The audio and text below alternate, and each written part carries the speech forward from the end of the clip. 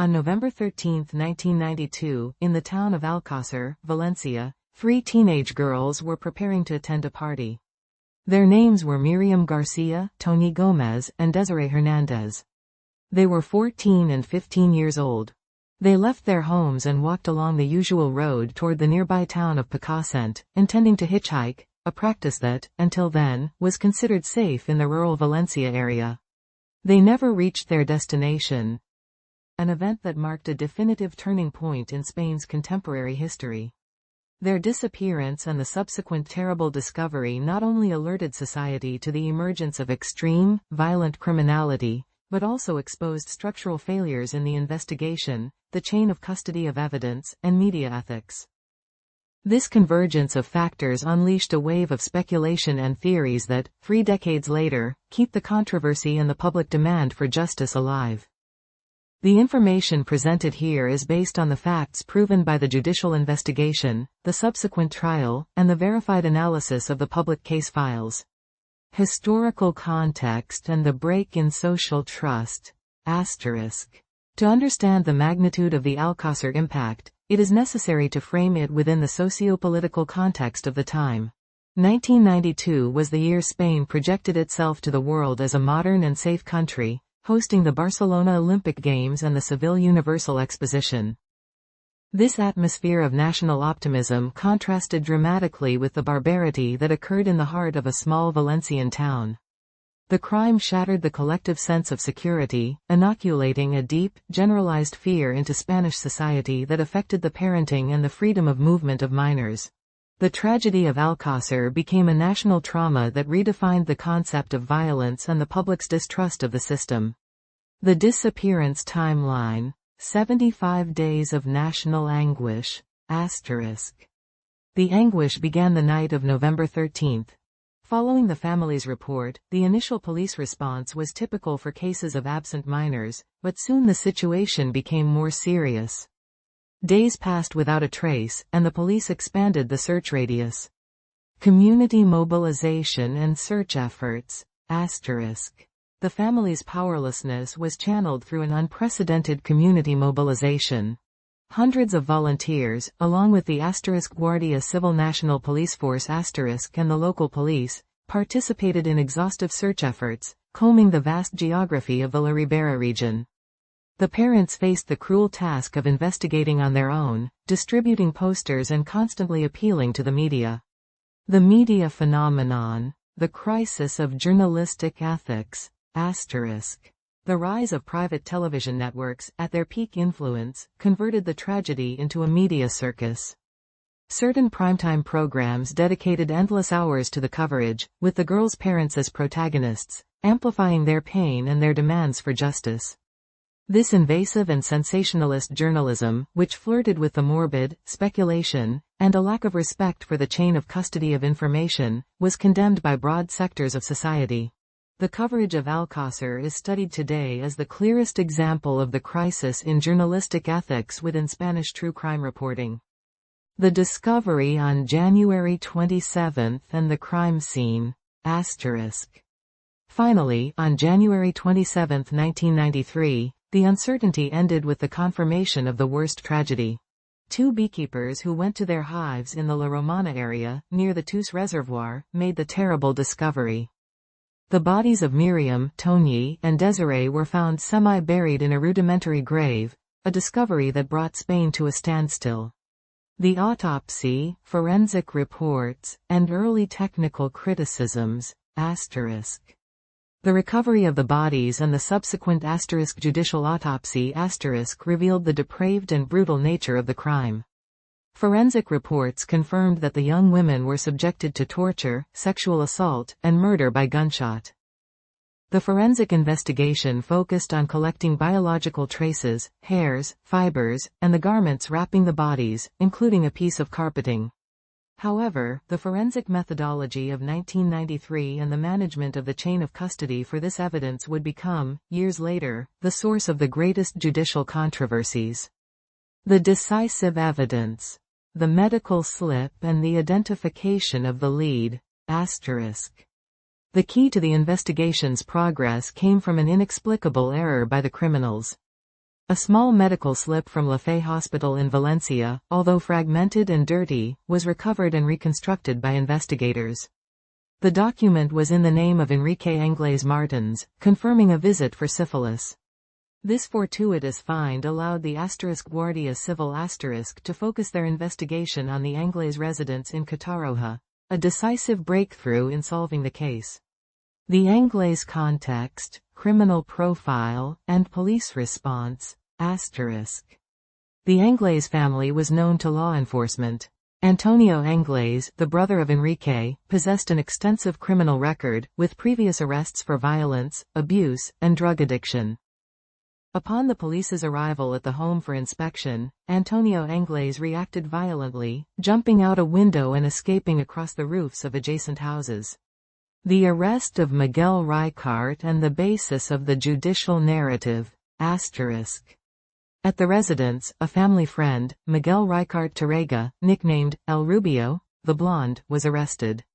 Ricart, after being interrogated, proceeded to confess the facts in detail, implicating himself and Antonio Angles as co-perpetrators.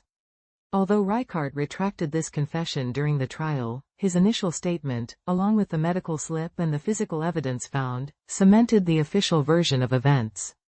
Angles' escape. The failed investigation and confusion. The search for Antonio Angles became an international challenge and a point of criticism regarding police coordination. Authorities were slow to establish an effective cordon, allowing Angles to hide for days. He was finally tracked to the port of Valencia, where he managed to stow away on the cargo ship City of Plymouth, bound for Dublin. The mystery of the City of Plymouth and contradictory accounts. The account of what happened aboard the freighter is confused and plagued by contradictory testimonies. Reports indicate that Angles may have been discovered and confined, but managed to escape or was thrown overboard near the coasts of Ireland or Portugal. The inability of Spanish authorities to intercept the ship in time and accurately track Angles was seen as a serious error. Antonio Angles' final whereabouts remain an enigma that has kept the case open. The 1997 judicial process, the private prosecution and the verdict. The trial was held at the Valencia Provincial Court a regional court, in 1997, a process that tested the judicial system. The complexity was reflected in the participation of three active parties: the prosecutor's office, the defense for Miguel Ricart, and the private prosecution, Acusación Popular, brought by the Clara Campo Amor Association on behalf of the public interest. The role of the private prosecution and the search for more involved parties. The role of the private prosecution was fundamental, as this party dedicated itself to investigating and insisting on lines of evidence that the prosecutor's office and the Guardia Civil seemed to have dismissed, including the possible existence of more people involved. This active role of civil society in the trial became a distinguishing element of the Alcàsser case. The conviction of Miguel Ricart and the verdict details. Following the presentation of evidence, the court sentenced Miguel Ricart to the maximum penalty of ** 170 years in prison, ** finding him a co-perpetrator of the crimes of kidnapping, rape, and murder. The sentence was based on the physical evidence and the initial confession. The court also named Antonio Angles as a co-perpetrator and the principal material author of the crimes. The dismantling of the Perot doctrine, and the social impact. The execution of Ricart's sentence generated the major legal conflict. Despite the sentencing, Ricart was put in freedom in 2013, having served only 21 years. This release occurred as a consequence of a European Court of Human Rights ruling that * overturned the Perot doctrine, **, a legal mechanism previously used to limit the sentence reduction for criminals convicted of severe offenses. The liberation of Ricart, amidst great public alarm, reopened the collective wound and demonstrated the vulnerability of the penal system. The fight against the statute of limitations and the 2029 deadline. Antonio Angles remains at large under an international warrant, and his criminal case will remain active until, at least, the year **2029. The law establishes a statute of limitations for serious crimes, and the proximity of this date puts constant pressure on authorities to capture the fugitive before the crimes expire and go unpunished. This countdown defines the judicial horizon of the case. Persistent technical controversies. DNA and the chain of custody. Despite the conviction, the judicial case file is riddled with details that were never completely resolved, fueling public distrust. The file was criticized for the initial handling of the forensic evidence. The controversy of unidentified DNA and the long hair. One of the biggest debates centers on the genetic profiles and hair fragments found that, according to certain interpretations, matched neither the convicted individuals nor the victims.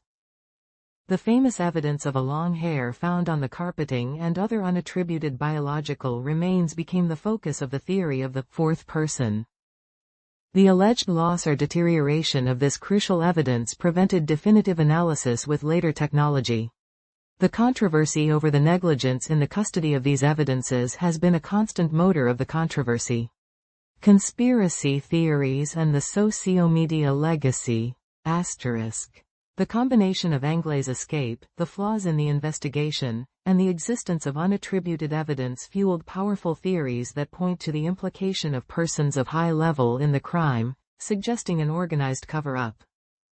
These theories have generated a documentary subgenre that radically questions the official version. It is fundamental to reiterate that these hypotheses, despite their great public interest and diffusion, never have been proven nor backed by the judicial process. Their endurance is a symptom of the profound footprint left by the tragedy and the distrust sown in the system.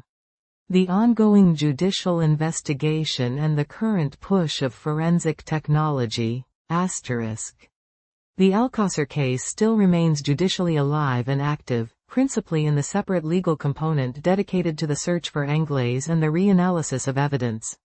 In recent years, driven by the interest of the private prosecutions and technological advancements in DNA analysis, the investigating judge has ordered the reopening of certain lines of technical investigation.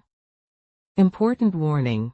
The following information corresponds to recent investigation data, speculation, or pending judicial decisions. This information has not been verified or confirmed by a final court ruling. Reanalysis of evidence with state-of-the-art DNA technology. The investigating judge has repeatedly ordered, most recently in the last few years, the reanalysis of remains and traces found in the grave and in Reichert's vehicle. The objective is to cross-reference any unknown genetic profile with international criminal databases. This information is pending definitive results and has not, to date, provided a radical turn in the case. Angles. Alive or dead? The fight against the statute of limitations. Recently, Antonio Angles' relatives requested the court to declare the fugitive deceased. However, in 2024, a court denied this petition, keeping the international arrest warrant active until the statute of limitations expires in 2029, ensuring the search remains current. Investigation into the escape and international collaboration. Lines of inquiry related to the cargo ship City of Plymouth have also been reopened, with international letters rogatory issued to countries like Ireland and Portugal. The objective is to obtain new statements and revise the testimonies of the ship's crew, seeking to determine if Angles survived his evasion. Miguel Reichardt and the media focus after release. In 2022, the only person convicted of the crime was again in the news after being arrested in Barcelona for his alleged involvement in drug trafficking in a so-called narcopiso, drug den, fleetingly returning him to the media spotlight. Conclusion. The open wound and the social debt. The Alcàsser case is a collective trauma in Spain's recent memory, a symbol of cruelty and the frustration of incomplete justice. It is a story that tested media ethics and trust in the judicial system. Despite Miguel Reichardt's conviction, the escape of Antonio Angles and the existence of pending enigmas mean that, for society and justice, the case remains an open wound. While the search warrants and forensic analyses remain active, the hope for a complete truth for Miriam, Toñi, and Desirée persists as an outstanding debt to history. If you liked this video, subscribe to the channel, activate the little bell, and give it a like. This way, you will help more people discover the story behind every mystery. In our next episode of Mysteria, we will dive deep into one of the most notorious and painful judicial errors in Spanish history, the Wanninkhof Case. We will talk about the disappearance and brutal murder of Rocio Wanninkhof in 1999, and how social and media pressure blinded the truth. Discover the story of Dolores Vasquez, the woman convicted without evidence, and how only the undeniable power of DNA, after a second crime, managed to unmask the true killer and free a victim of the system. Don't miss the Wanninkhof Case, the conviction of innocence, in the next Mysteria.